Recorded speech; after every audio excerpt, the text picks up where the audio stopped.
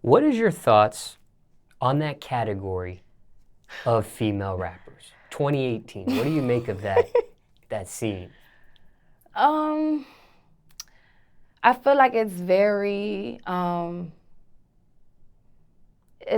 popular to do now. I feel like it's the popping thing to do now. Whereas, before it was the modeling thing, and before that it was, just being the kept bitch thing, and before that it was, like it I think it's just a new fad of shit to do.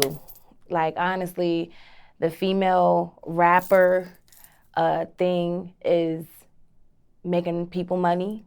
People are watching people win off of it. You got your Cardi B's out here, you got your Nicki Minaj's out here, like, people that's really moving and shaking and actually, turning up, doing it. And now it's like it's the Mrs. Me Too. Everybody wants to do it, and it's starting to become a lot more watered down and a lot more, commercial and I guess what's the word? Uh, I don't know. It's almost like it's not even really taken serious no more. Like any bottle girl or you know old video vixen can pick up the mic and start rapping now. I mean, it's just I don't know. Shit is weird. Do you think the rise of Cardi B and her popularity in 2017 inspired this? Uh, no. I think that it happened a little before that. I think that people thought that it could work after they seen Cardi B because she's just such a relatable person. Like I think that everybody can relate to her from, the strippers to just the regular, hood girls from the, just everybody that is authentically themselves can relate to her in some way, shape, or form. And she actually like literally turned up in like the matter of minutes. And we live in a microwavable generation where everybody wants things quick and everybody's seeing things happen for her in a matter of 6 to 12 months. And that is why people decided, like, oh, well, if she could do it, then I could do it. And that's cool, but it's still like staying in lane to a certain extent. Like, everything ain't for everybody. And I feel like, she's been rapping before she got on camera, and people only seen her on camera turning up.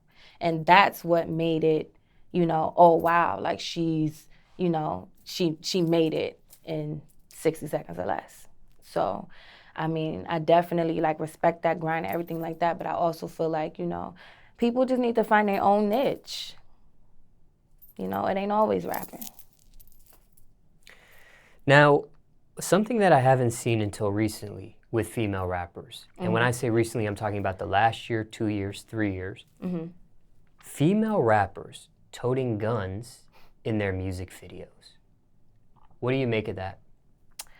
Well, I feel like it's almost a part of the rapper starter kit.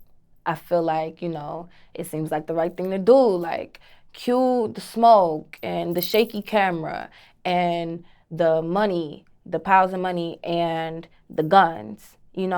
I just recently just got registered for a firearm and I have my permit now. For the first time in my life, I actually can be around a firearm that is legal, and that's a big deal. So I'm going to proudly tote my gun as much as I like to. Like, I didn't bring it here, but please believe me, like, I'm gonna stay strapped because I can actually do it legally and it feels good. As far as people doing it now, I just think that that's just another fad. I think that's something that people just think is cool. None of these girls are actually going and shooting people and putting in work. Like, half of these girls is taking their boyfriend or they brothers' guns and or just a random dude gun and like let me use it real quick, just like anything, That shit ain't real. This is all fantasy. What do you think the percentage of these female rappers toting these guns in their music videos is real? I would have to say 20% of them are maybe actually I can even say less than that. It just depends on the demographic. It depends on where they're from. You know, Chicago, I might give you the benefit of the doubt. You know, somewhere like a real hood chick that really puts in work, I'll give her the benefit of the doubt. These bubblegum rappers that's just coming out, they ain't about that life. And they don't want no smoke. It's just look good. You think it looks good to the rapper, like, oh, this looks cool if I do this? Do you think people want to see this? Do you think people like seeing this? I think all of it is entertainment. And I think in the interim, people are still in the midst of trying to find themselves.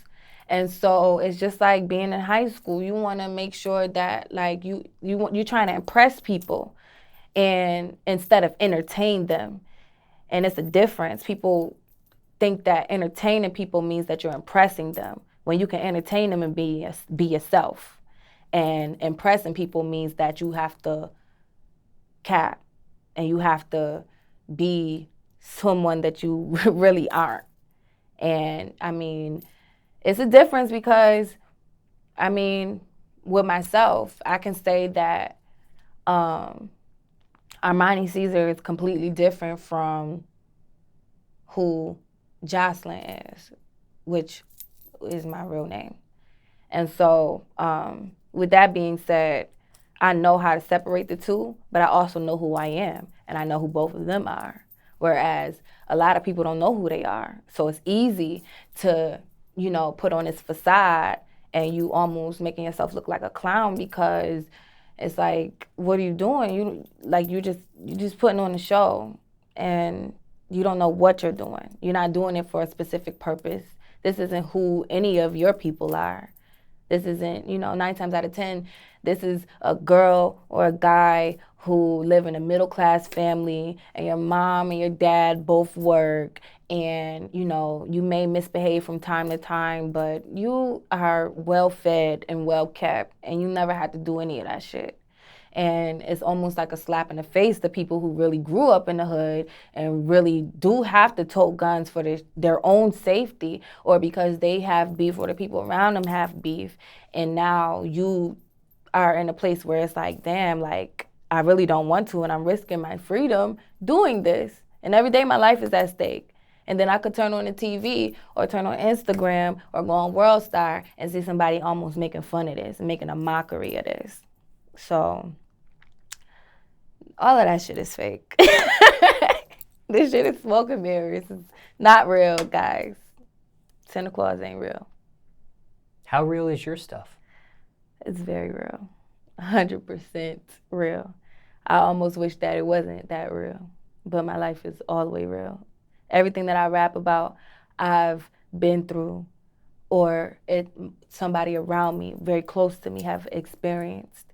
It's almost incriminating the things that I put into my music because, I rap about my nigga being in jail. I rap about stripping to, pay my bills and make sure that my mama was straight and being ashamed of it because before all of these strippers started coming out rapping and glorifying that, it wasn't cool to be a stripper, or just me being in the hood and coming up and actually moving out at 17 and then trying to figure it out and still trying to do the good girl thing and go to college and all of that and still support my dream. And I couldn't do that working at Sears and New York and Company, so I had to turn up. And I had to sell drugs on the side or I had to strip on the side because I wasn't going to have no nigga taking care of me. I didn't have that privilege. I had to get my bag by any means necessary. I had people that were dependent on me back at home and I didn't have a choice.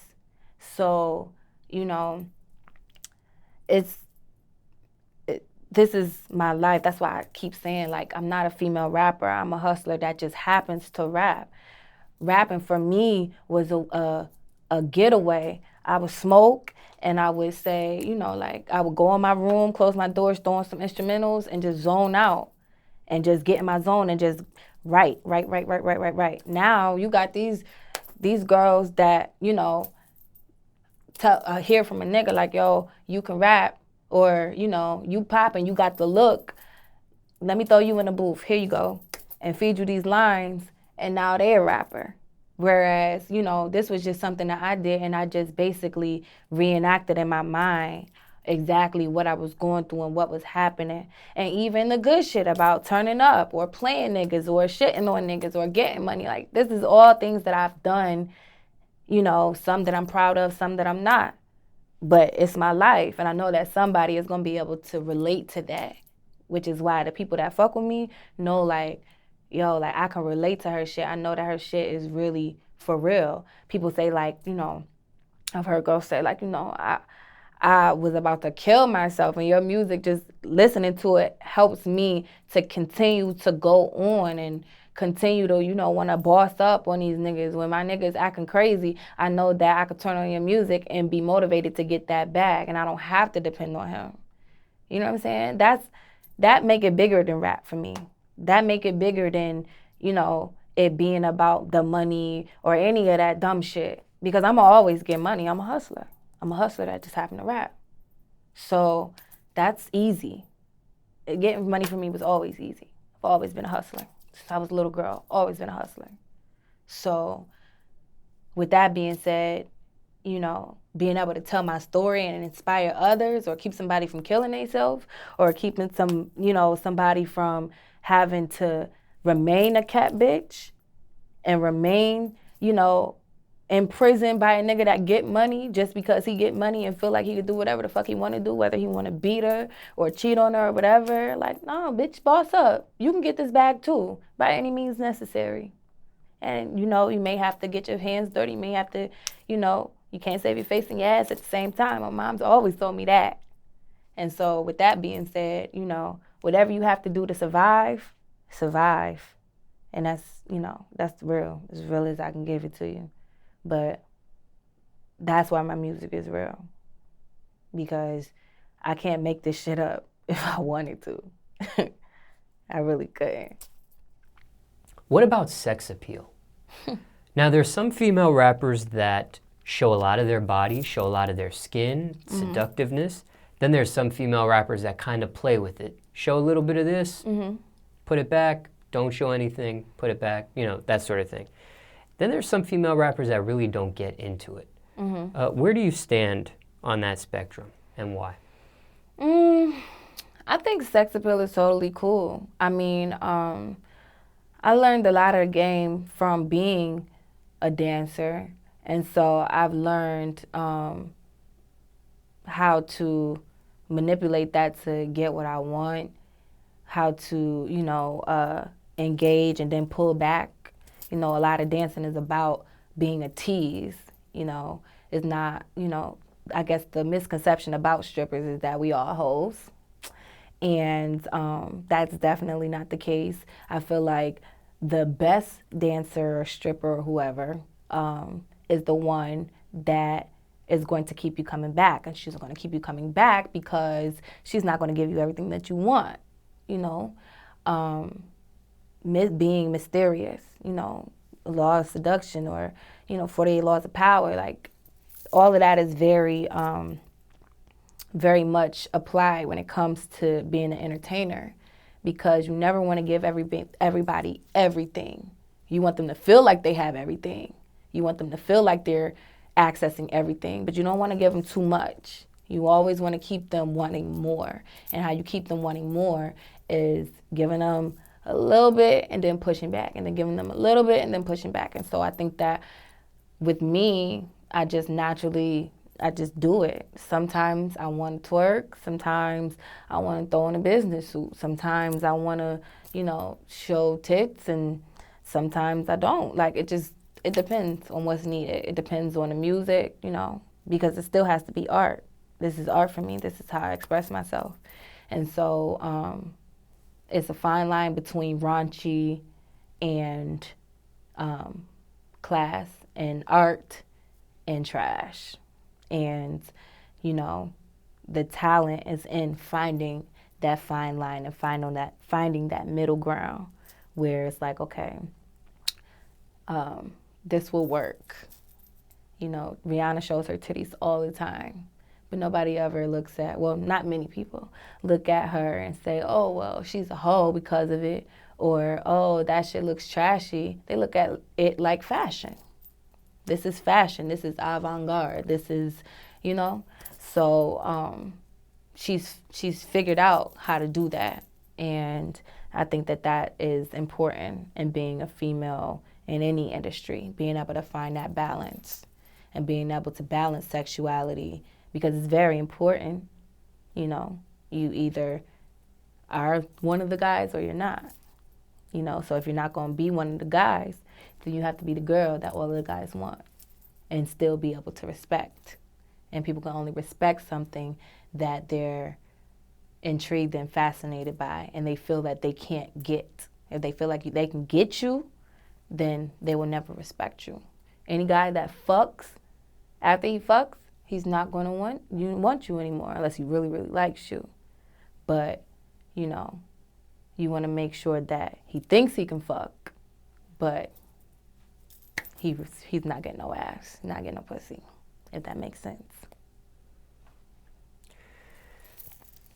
Do you think that role is ever reversed? What do you mean?